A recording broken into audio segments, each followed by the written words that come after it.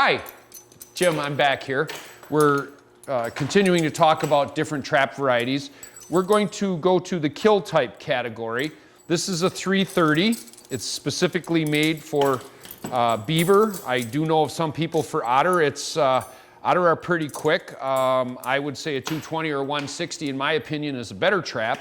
But before I go out on the trap line for the day, I get my trap setting tongs and I compress the springs on the traps that I intend to use, and I hook the safety on them. And all I'm doing here is taking the safety off, compress it, and I put the safety on. Then when I get out to the field, I do not have to carry the tongs with me. I can set my trap quite simply just by indexing the springs, bringing the catch over, centering it on the trigger, putting it how and where I want on the trap, and that's it. Now, in order to use this trap, you need to keep it upright, and you're going to place it in the path of the animal, specifically a beaver. So if I'm trapping where a beaver is pulling out of the water, or where the beaver is going in a small stream, I can narrow the stream down and use this stand. And basically what I'm going to do,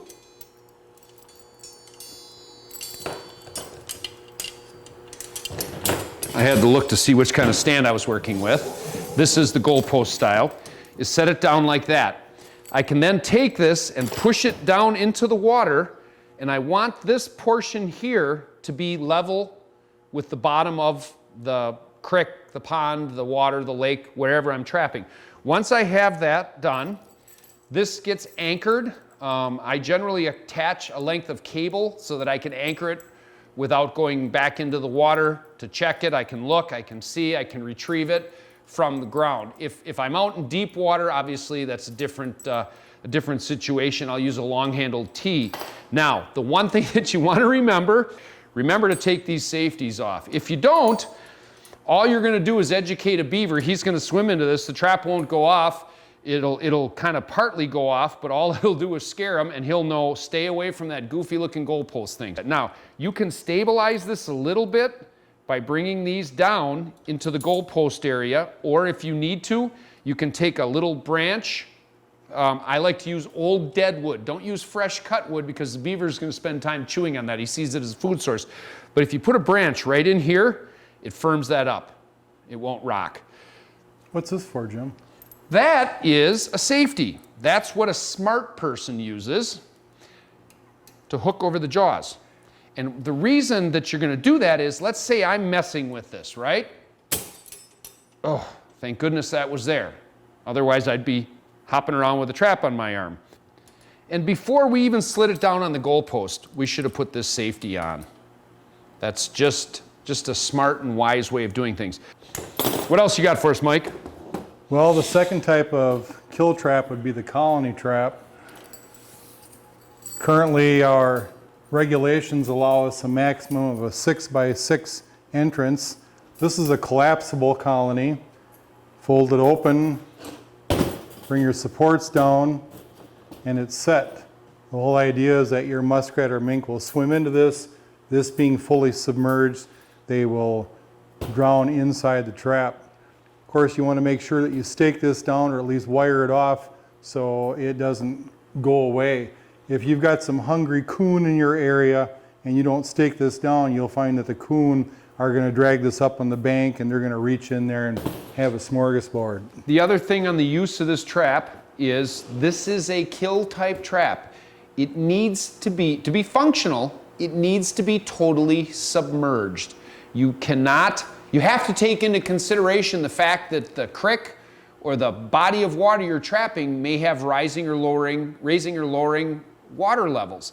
And if they lower down and that muskrat can get his nose above the water level, that's an illegal set. So make sure you have it deep enough that it does its function properly. I like to run a T-bar stake right down here in the side, and I like to have at least an inch, if not 2 or 3 inches of water right over the top of it. And you'll have to keep track of what the river is doing too. If you get a lot of rain, you can assume the water is going to come up, but if we haven't had much rain lately, or you got water conditions going down, you got to make sure that you dig out and submerge this underneath. The last type of kill type trap that we have here is called a snare. And a snare differs from a cable restraint in that a snare, when it gets tight, it locks. In order to get that back out, you have to manipulate it. Whereas a cable restraint, if the animal stops struggling, the restraint relaxes. So when you're setting up, this has to be half submerged, and it basically has to constitute a drowning set.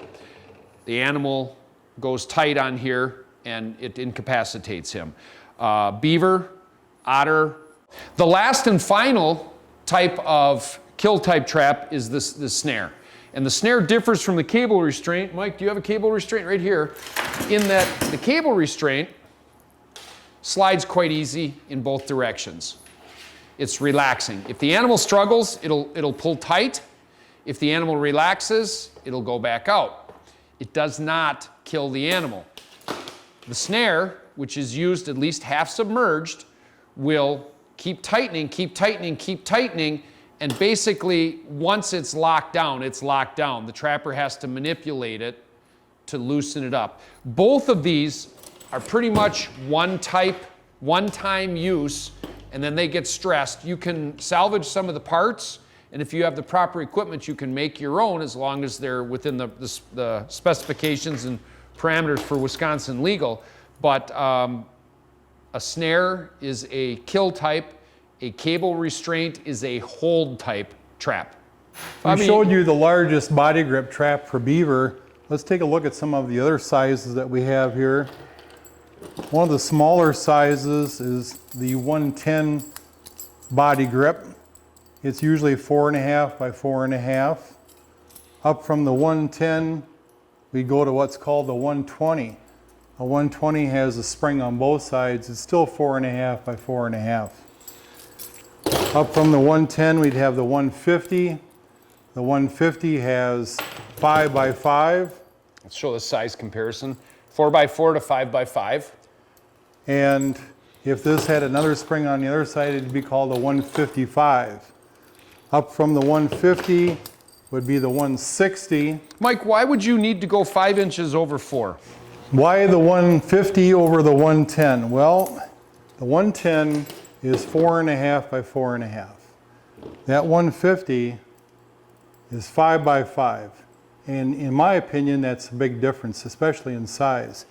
The other reason is I use KB stabilizers in my bottom edge sets. This could be at the bottom edge of a bank where the bank bottom meets the side, or in runs. And you'll notice if we set that 110 on top there, it just doesn't lock on well. The bends at the corners are preventing that from setting on there solid. But if we take that 150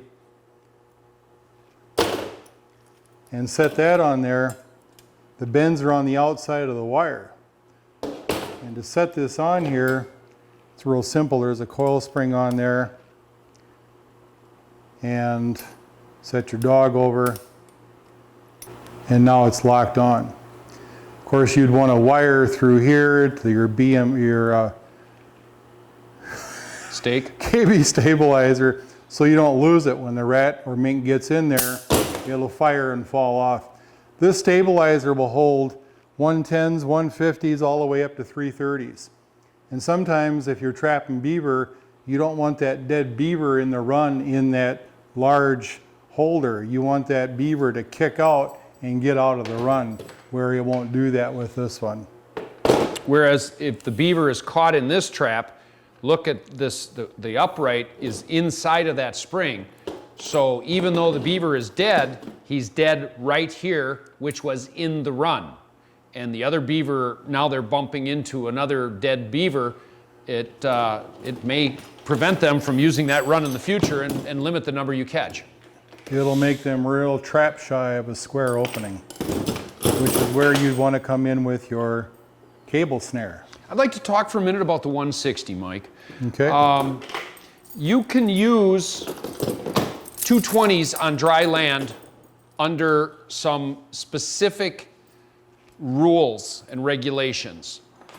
In my Trapper's Ed class, I tell my students do not use 220 on land in Wisconsin because there's a lot of regulations to understand, and on top of it, bad things can happen if you don't use them properly. 160 is legal on land.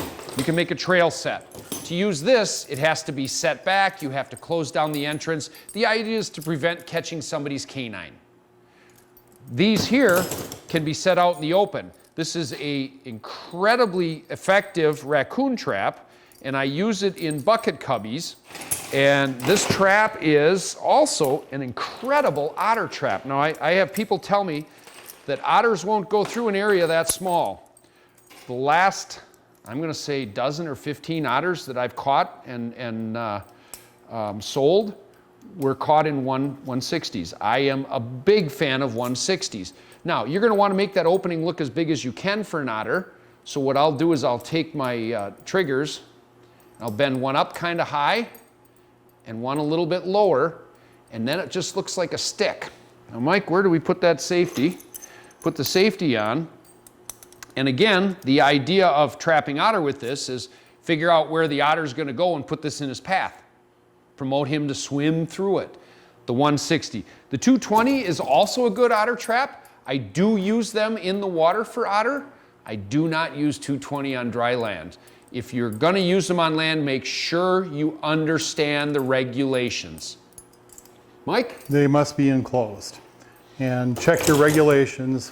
Set back from the entrance, how big the entrance is going to be. It's much easier to go with the 160. But that being said, if you are going to be trapping public grounds, you need to make sure that there are no beagles running rabbits in that area, because a beagle will try to jump through that 160, and it's not going to be a good thing. That's another good point, Mike. When you're trapping public grounds, you really need to take care. Even though there's nothing to stop you from setting your trap out on that, and there is no regulation that says you can't set your trap where there's an opportunity to come in contact with domestics. Why would you want to do it? Why would you want to create that situation? Keep that in mind if you're trapping public property, that you don't want to catch somebody's dog or something like that. So set back, look at where you're going, and get off of those beaten paths. You're going to catch more critters there anyway.